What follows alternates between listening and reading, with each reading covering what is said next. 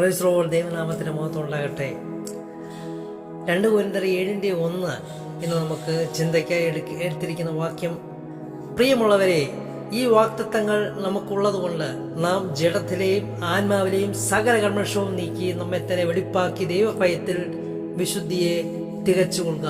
ഇതാണ് നമ്മുടെ ഇന്നത്തെ ചിന്താവാക്യം. പ്രിയരെ, ഈ വാക്യത്തെ നമുക്കൊന്നും കൂടെ ഒന്ന് മനനം ചെയ്യാം, മനസ്സിലാക്കി വായിക്കുകയും ചെയ്യാം.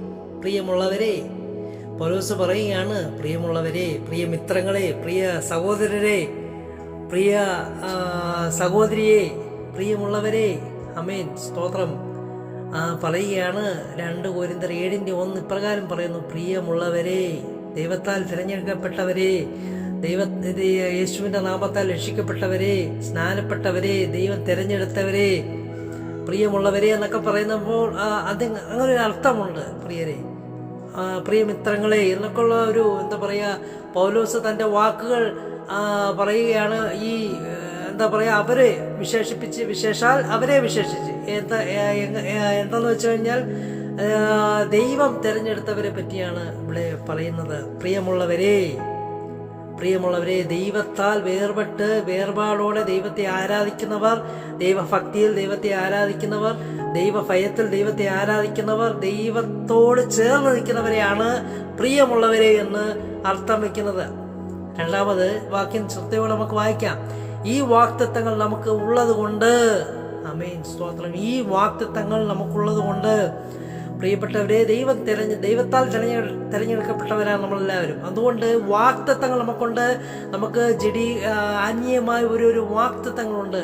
ജഡീകപരമായിട്ടല്ല, വാഗ്ദത്തങ്ങൾ ആത്മീയപരമായിട്ടാണ് നിൽക്കുന്നത്. എപ്പോഴും ആത്മീയപരമായുള്ള വാഗ്ദത്തങ്ങൾ, നിയോഗങ്ങൾ, കൃപാവരങ്ങൾ, ഇതൊക്കെ നമ്മൾ പ്രാപിച്ചവരാണ്.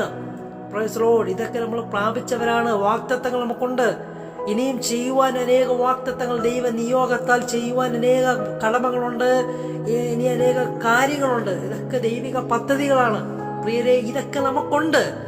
എങ്കിലും ഈ വാഗ്ദത്തം നമുക്കുള്ളത് കൊണ്ട് നാം ജഡത്തിലെയും ആത്മാവിലെയും സകല കന്മഷവും നീക്കി.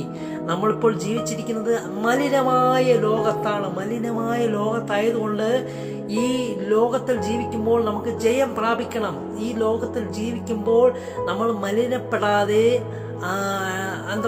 അഴുക്ക് പറ്റാതെ, നമ്മൾ ദോഷം ചെയ്യാതെ മുന്നോട്ട് പോകേണ്ടതിന് നാം ജഡത്തിലെയും ആത്മാവിനെയും സകല കന്മഷവും നീക്കി നമ്മെ തന്നെ വെടിപ്പാക്കണം. പ്രിയരെ, നമ്മൾ ദൈവത്തെ തിരഞ്ഞെടുത്തവരാണ്. മലിനപ്പെടാതെ, അഴുക്ക് പറ്റാതെ, ദോഷം ചെയ്യാതെ നമ്മെ തന്നെ ശുദ്ധീകരിച്ച് വെടിപ്പാക്കി നമ്മളെ തന്നെ സൂക്ഷിച്ചുകൊണ്ട് ദൈവഭയത്തിൽ. മൂന്നാമത്തെ കാര്യം പറയുകയാണ് ദൈവഭയത്തിൽ. പ്രിയരെ, ഇന്നത്തെ കാലഘട്ടത്തിൽ ദൈവഭയമില്ലാതെ മുന്നോട്ട് പോകുന്നൊരു കാലഘട്ടമാണ്. അതുകൊണ്ട് ദൈവഭയത്തിൽ വിശുദ്ധിയെ തികച്ചുകൊള്ളുക. ദൈവഭയത്തിൽ നമുക്ക് ദൈവഭയം വേണം. അമിസ്വത്രം. ദൈവഭയം നമുക്ക് നഷ്ടപ്പെടാതെ ദൈവഭയത്തിൽ ഈ കാലഘട്ടം, ഈ ലോകം അന്ത്യകാലഘട്ടത്തിലേക്കാണ് പോയിക്കൊണ്ടിരിക്കുന്നത്. മലിനമുള്ള ലോകമാണ് ഇത്. അല്ലെങ്കിൽ ദുഷ്ടന്മാരുടെ ലോകമാണ്. അതുകൊണ്ട് നമ്മൾ ദൈവത്താൽ തിരഞ്ഞെടുക്കപ്പെട്ട നീതിമാന്മാരായതുകൊണ്ട് നമ്മൾ മലിനമേക്കാതെ, അഴുക്ക് പറ്റാതെ നമ്മെ തന്നെ ശുദ്ധീകരിച്ചുകൊണ്ട്, ആമേൻ, സ്തോത്രം, ദൈവഭയത്തിൽ വിശുദ്ധിയെ തികച്ചുകൊണ്ട് മുന്നോട്ട് പോകാം. ദൈവം നമ്മളെ അനുഗ്രഹിക്കട്ടെ. ഈ വചനങ്ങളാൽ ദൈവം നമ്മളെ അനുഗ്രഹിക്കട്ടെ. God bless you.